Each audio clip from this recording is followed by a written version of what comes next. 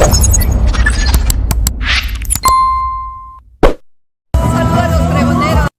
saludo para los pregoneros, con todo mi corazón.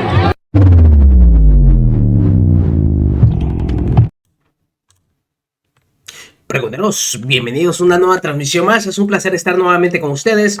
Servidor Irving Rodríguez, transmitiéndoles desde el día de hoy. Nos seguimos encontrando en este martes 22 de octubre del 2024. Si nos estás viendo por primera vez, muchísimas gracias por tu tiempo y por tu espacio. Solamente pido tu apoyo con la suscripción para que cada día podamos ser más en esta gran familia pregonera. Amigos, vámonos de lleno a la información. Pues simplemente sigue y va a dar de qué hablar el tema que se está suscitando por esta reforma al Poder Judicial. Y nuevamente, Hamlet García Almaguer pone en su lugar a estas dos magistradas que acudieron con Luis Cárdenas para hablar sobre esto que está siendo simplemente tendencia. El amparo que ha pronunciado esta persona que ustedes ven aquí atrás de la pantalla. La jueza que se volvió la heroína, pero sabemos que es una tremenda fichita y que ha estado hasta suspendida. Fíjense ustedes, pues ahora con el afán de querer, según apoyarla, la mandan y la reciben con estas porritas. ¡Fuerza! ¡Fuerza, Nancy, aguanta! ¡Tu juzgado te respalda! ¡Fuerza, Nancy, aguanta! ¡Tu juzgado te respalda! ¡Fuerza, Nancy, aguanta! ¡Tu juzgado te respalda! ¡Fuerza, Nancy, aguanta! ¡Tu juzgado te respalda!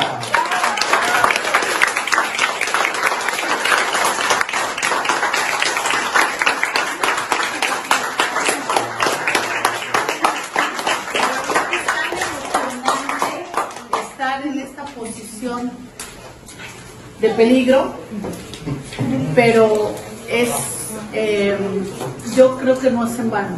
Vamos a luchar, vamos a seguir luchando hasta donde Dios nos lo permita y pues a seguir en esta lucha por tratar de defender la democracia, tratar de...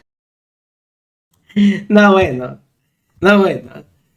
Luego salía cobardemente con el mismo Luis Cárdenas a decir que esto ella no lo estaba promoviendo. Sí, fíjense, resulta que no fue Nancy Juárez la que tuvo la idea de desafiar a la presidenta.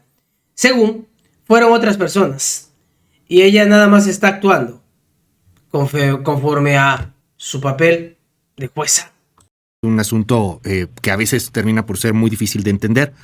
Usted no se despierta un día y dice, voy a ordenarle a la presidenta que cierre o que tumbe la reforma al Poder Judicial, sino que lo hace porque resuelve un asunto, un amparo, en este caso entiendo.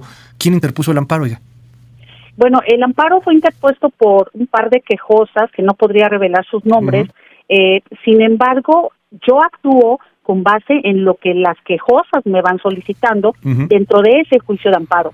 Desde luego que no despierto un día y digo voy a requerir a alguna autoridad en tal sentido, sin justificación alguna. Claro que no. Nosotros actuamos como garantes, respeto a los derechos humanos. Y en ese aspecto, bueno, pues las quejosas solicitaron que se requiriera a la autoridad, cualquier autoridad, en este caso fue la presidenta de la República y el titular del diario oficial, pero puede ser cualquiera, que se cumpliera esa suspensión porque no lo habían hecho.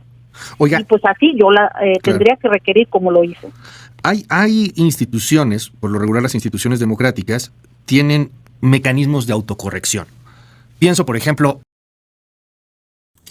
Pues eso decía. Pero armó una mesa de análisis para tocar este tema. Y así fue como plantearon si es viable o no es viable lo que pretende hacer esta jueza. Y Hamlet Almaguer puso en su lugar a estas dos magistradas que obviamente han estado a favor de lo que se ha planteado por parte de la jueza Nancy Juárez. Escuchen ustedes. También de las liberaciones, por ejemplo, y la narrativa que está ahí de que los jueces liberan a los delincuentes. Pero yo quiero irme con usted, magistrada, contigo, magistrada, si me permites hablar de tú. Por supuesto. Estoy con Julia García, es magistrada del circuito del Poder Judicial. Vamos a suponer que la jueza Nancy Juárez se extralimitó. O vamos a suponer que ustedes en alguna resolución se extralimitan. Entiendo que hay estos mecanismos que se llaman de autocorrección que tienen las instituciones, particularmente instituciones democráticas. las pueden corregir, o alguien puede corregir. O sea, hay un juez o jueza superior a ustedes o a la jueza que puede corregir esto.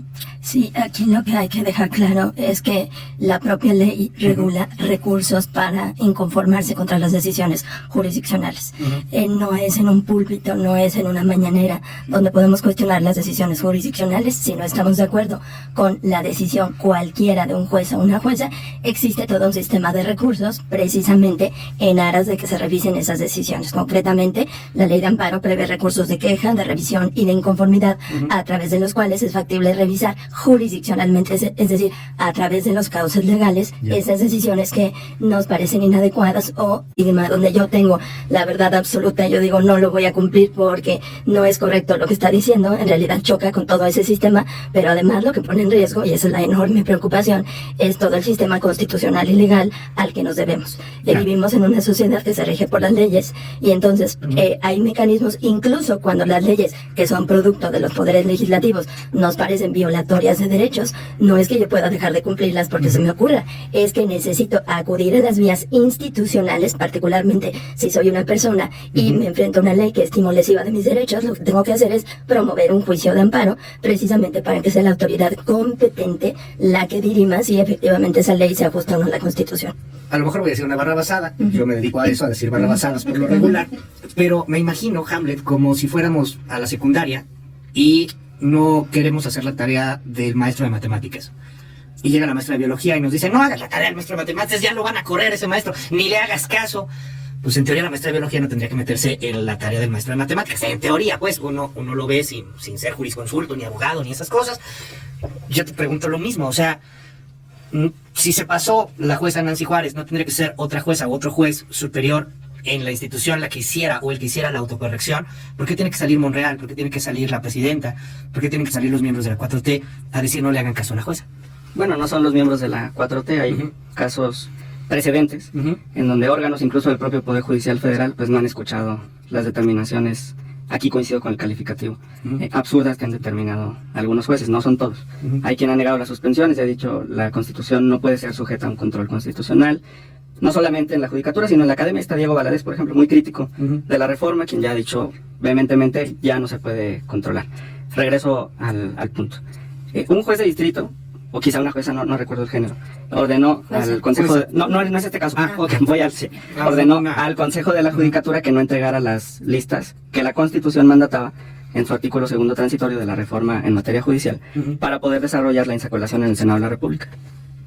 Y el Consejo de la Judicatura Federal tuvo que optar entre obedecer el texto de la Constitución o hacerle caso a la persona juzgadora. Y por 4 votos contra 3 determinó entregar el listado al Senado de la República. Antes de eso, otra persona juzgadora determinó que, ahí sí, un juez de distrito, el juez de la Pesa, determinó que la Sala Superior del Tribunal Electoral del Poder Judicial de la Federación tenía que integrar su sala con 2 vacantes que estaban vigentes al momento de la determinación judicial, y la Sala Superior no acudió a un recurso de queja. Lo que hicieron fue excluir la competencia que tenía este juez. Y retomo tu ejemplo. Lo que está sucediendo aquí es precisamente eso. Un maestro de matemáticas se está metiendo en la competencia de un maestro de civismo, por poner el ejemplo gráfico. Y yo espero que muy pronto, que esta semana, la Sala Superior del Tribunal Electoral del Poder Judicial de la Federación defienda su autonomía, defienda su competencia, defienda su jurisdicción y defienda el texto constitucional y también el artículo 61 de la Ley de Amparo, que establece no solo que el amparo es improcedente en contra de reformas constitucionales, sino que el amparo es improcedente en contra de actos de las autoridades electorales. Y hoy hay más de 140 suspensiones dictadas para que el Instituto Nacional Electoral no haga su trabajo. Ahí está esta invasión de competencias. Veo a la magistrada Emilia Molina no tan de acuerdo en el tema. Bueno, a ver, vamos aclarando varios temas, ¿no? Primero, Diego Valadez defiende la reforma, claro, porque tiene 30 años cobrando una pensión por haber estado 1 año como ministro.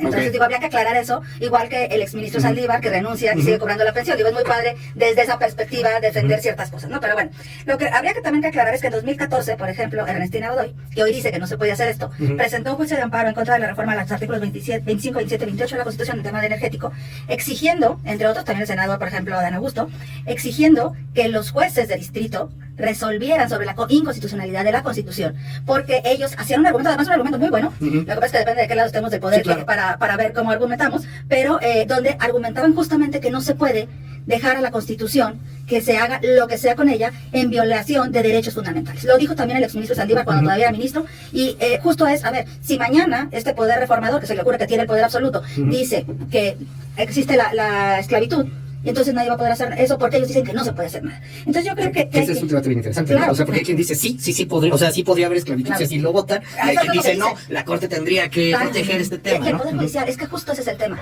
Creen que los jueces de distrito no son titulares del Poder Judicial, y el Poder Judicial, hay 3 poderes. El único poder que solamente es una persona es el Ejecutivo. El único poder que lo tiene, que la titularidad es colectiva, es decir, de todos los integrantes del Congreso de la Unión, es el Legislativo. Y el único poder cuya titularidad es en cada una de las personas juzgadoras es el judicial. Entonces tenemos el mismo rango constitucional. Un senador solo no tiene el mismo rango constitucional que un juez de distrito, pero la presidencia de la República y cualquier titular del Poder Judicial de la Federación sí tenemos el mismo rango constitucional. Entonces, a ver, esto de que no se puede o sí se puede, es que partimos de cuestiones muy técnicas, ciertamente, pero que no se vale que quien se supone que somos especialistas porque tenemos una maestría procesal constitucional o porque somos titulares, estemos revolviendo temas de procedencia o de precedentes con lo que está sucediendo el día de hoy. No, la competencia, la procedencia y cualquier otro tema no se puede ver en la suspensión. Vamos a cambiar ahí, lo digo sobre todo porque es complicado a veces hacer este tipo de cuestiones. Y yo se lo pongo de ejemplo a los magistrados y a los jurisconsultos y todo. Yo los reto a que se vayan a sentar a escuchar un congreso de nefrología. Claro. Y van a ver que no vamos a entender, pero ni tío, salvo si usted es nefrólogo. Pero a ver, déjenme ir a un asunto que me parece importante. Mencionas, magistrada Emilia Molina, presidenta de la Asociación Mexicana de Juzgadores, las capacidades que hay. Cambiemos de tema hacia las capacidades. Ha sido muy criticada la Turesco, el ver la tómbola. Hasta para la misma 4T, ¿no? Teníamos un Gerardo Fernández Noroña que había tratado, bueno, dicen los trascendidos, de traerse a los niños gritones de la lotería, que dijo hasta la broma de aquí nos vamos directo a la Lotería Nacional. Ok, termina por ser caricaturesco. Y se habla de las competencias, Hamlet. ¿Qué diferencia hay entre el sorteo de una tómbola, el asunto que ahora exigen como un promedio de la escuela, juzgadores que pueden llegar a ser juzgadores sin tener necesariamente todo lo que se llamaba carrera judicial y la experiencia, contra los juzgadores y juzgadoras que tenemos actualmente? ¿Hay competencia? ¿Habrá competencia en los próximos jueces? Sí, para empezar, todas las personas juzgadoras que resultaron insaculadas en este sistema binario, donde resultó nones, tienen derecho a un pase directo, a la boleta. No pasarán por ninguna evaluación ni del comité del legislativo, ni del comité del ejecutivo, ni del comité del judicial. Entonces el pronóstico, digamos el tope de candidaturas por cada cargo a juez de distrito o magistrado de circuito es de 7. 2 postulados por el ejecutivo, 2 por el legislativo, 2 por el judicial a través de los comités, más quien está en funciones, que además se estableció a nivel constitucional, 7 por juez. Que se va a marcar en la boleta quién está en funciones. Entonces, no hay ninguna destitución, no hay ninguna inhabilitación, no se está corriendo a nadie, tienen el pase directo a la boleta. Y hay muy buenos jueces en el país, yo conozco varios, que se han acercado al Senado en estos días y que han dicho, yo quiero competir, están pidiendo información, están haciendo consultas, por ejemplo, muy interesantes. Se han acercado jueces que por castigos que les han impuesto en el Consejo de la Judicatura por animadversiones, están lejos del estado donde nacieron o donde vive su familia. Y nos han dicho, oigan, ¿saben qué? A mí me tienen en Guerrero, me tienen en Tamaulipas, pero a mí me interesaría competir en donde nací. Y nos dan algunos ejemplos. Se han acercado también otras mujeres juzgadoras que nos han dicho, el Consejo de la Judicatura no me puso en su lista de juzgadoras en estado de gestación, que están en etapa de embarazo, o con niños lactantes, pero yo también tengo esta condición y el Consejo de la Judicatura lo sabía porque yo le presenté este aviso y esta información. Entonces, la verdad es que hay mucho interés, no solamente en litigantes, no solamente en juzgadores locales, también personas juzgadoras federales se están acercando porque tienen todo el ánimo y la intención de competir. Hay otros que han dicho no, por ejemplo el magistrado Gómez Fierro, que dijo, pues yo no voy a participar, yo no voy a competir, están en su derecho de repudiar, en términos técnicos o jurídicos, el derecho a participar. ¿Qué dices, magistrada? A ver, varios temas. Sí. Primero, eso de que las juzgadoras se acercaron porque el Consejo de la Judicatura lo sabía y nadie hizo nada, el Senado también lo sabía. Yo presenté los escritos tanto en el Consejo como en el Senado desde la Asociación Mexicana de Juzgadores. Es falso lo que están diciendo. Entonces, yo lo presenté antes de la tómbola, y lo tenía el Senado.